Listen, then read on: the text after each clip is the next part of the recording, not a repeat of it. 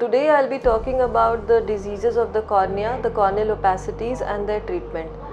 So basically I'll be discussing about cornea transplants. So what is cornea? It is the outermost transparent layer of the eye. It is only 500 microns in thickness. अब इस cornea में कई बीमारियों के कारण सफ़ेदी आ सकती है।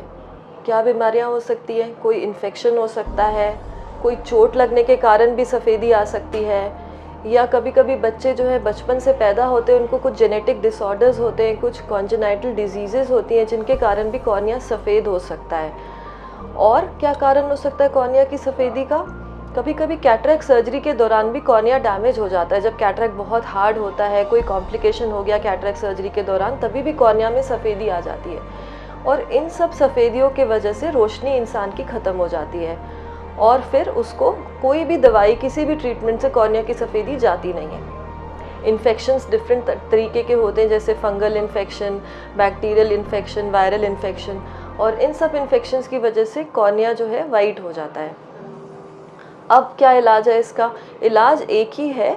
अगर पहले हम दवाइयों से देखते हैं, अगर सफ़ेदी कम नहीं होती है, नहीं तो हमें कॉर्निया चेंज करना पड़ता है। मतलब ये पुतली हमें हटा करके और नई पुतली लगानी पड़ती है। तो ये ट्रांसपेरेंट लेयर हम निकाल देते हैं और डोनेटेड कॉर्निया जो हमें आई बैंक से मिलता है वो हम नया कॉर्निया ट्रांसपेरेंट इस पर लगा देते हैं। ये सिंपल सर्जरी है, आधा पौना घंटा की सर्जरी होती है। कोई इसमें ऐसा कोई मेजर कॉम्प्लिकेशन नहीं होता। हाँ, पोस्ट ऑपरेटिव केयर काफ़ी करनी पड़ती है, रेगुलर फॉलोअप्स में आना पड़ता है पेशेंट को, चेकअप के लिए बराबर आना है, क्योंकि ऑपरेशन करना पेशेंट की रोशनी भी आ जाती है, लेकिन उसके बाद ऑलमोस्ट 1 से 1.5 साल तक ड्रॉप्स चलती हैं पेशेंट की, और चेकअप के लिए जब भी आपके डॉक्टर बुलाएं आपको आना है।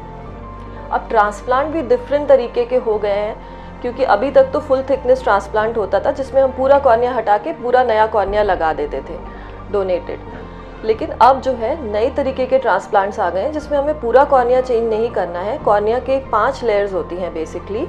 तो उसमें अगर ऊपर की लेयर ख़राब है तो हम ऊपर की लेयर चेंज कर देते हैं, अगर अंदर की लेयर ख़राब है तो हम अंदर की लेयर चेंज कर देते हैं। बहुत टेक्नोलॉजिकल एडवांसमेंट्स आ गए हैं कॉर्निया ट्रांसप्लांट में आज की डेट में। तो इनको हम बोलते हैं या तो फुल थिकनेस ट्रांसप्लांट, जहाँ कि हम पूरा कॉर्निया नया लगा देते हैं, या पार्शियल थिकनेस ट्रांसप्लांट यानी lamellar केरेटोप्लास्टी। So penetrating keratoplasty, which is a full thickness transplant, and lamellar keratoplasty, which is a partial thickness transplant.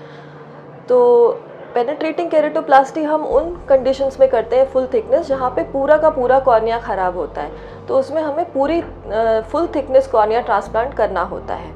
जैसे कि कुछ इन्फेक्शंस के बाद, फंगल इन्फेक्शन के बाद सफ़ेदी आ गई, या फिर चोट लगने के कारण पूरा का पूरा फुल थिकनेस कॉर्निया डैमेज हो गया, उन कंडीशंस में हमें पूरा कॉर्निया चेंज करना पड़ता है। बट अब जब सर्जन्स जो है ट्रेंड हो रहे हैं लैमेलर केरेटोप्लास्टी में, टेक्नोलॉजी काफ़ी एडवांस हो गई है, तो पेशेंट्स भी ये डिमांड करते हैं कि हमें पूरा कॉर्निया ना चेंज करके पार्शियल कॉर्निया ही चेंज करो।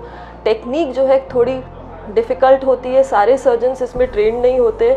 तो अगर जो सर्जन्स ने प्रॉपर ट्रेनिंग ली है, जैसे कि हमारे हॉस्पिटल में ये सारी फैसिलिटीज़ अवेलेबल है, हम अभी लेटेस्ट तरह के ट्रांसप्लांट्स कर रहे हैं, फुल थिकनेस ट्रांसप्लांट और लैमेलर ट्रांसप्लांट। लैमेलर ट्रांसप्लांट्स में पार्शियल थिकनेस ट्रांसप्लांट जो मैंने बताया आपको, उसमें एंटीरियर लैमेलर ट्रांसप्लांट होता है जिसमें हम सिर्फ आगे का कॉर्निया चेंज करते हैं। आगे का 90% कॉर्निया यदि हम चेंज कर रहे हैं उसको बोलते हैं डैल्क या डीप एंटीरियर लैमेलर केरेटोप्लास्टी।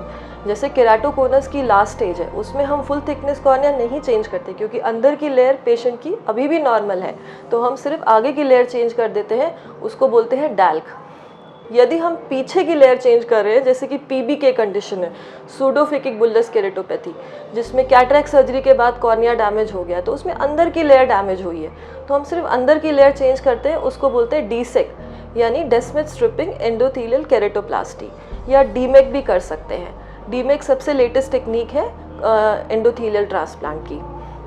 तो ये सारे टेक्नोलॉजिकल एडवांसमेंट्स आ गए हैं कॉर्निया ट्रांसप्लांट में, जो सभी फैसिलिटीज़ हमारे सेंटर में अवेलेबल है, और हर तरह के ट्रांसप्लांट्स हम ऑफ़र कर रहे हैं। Thank you very much.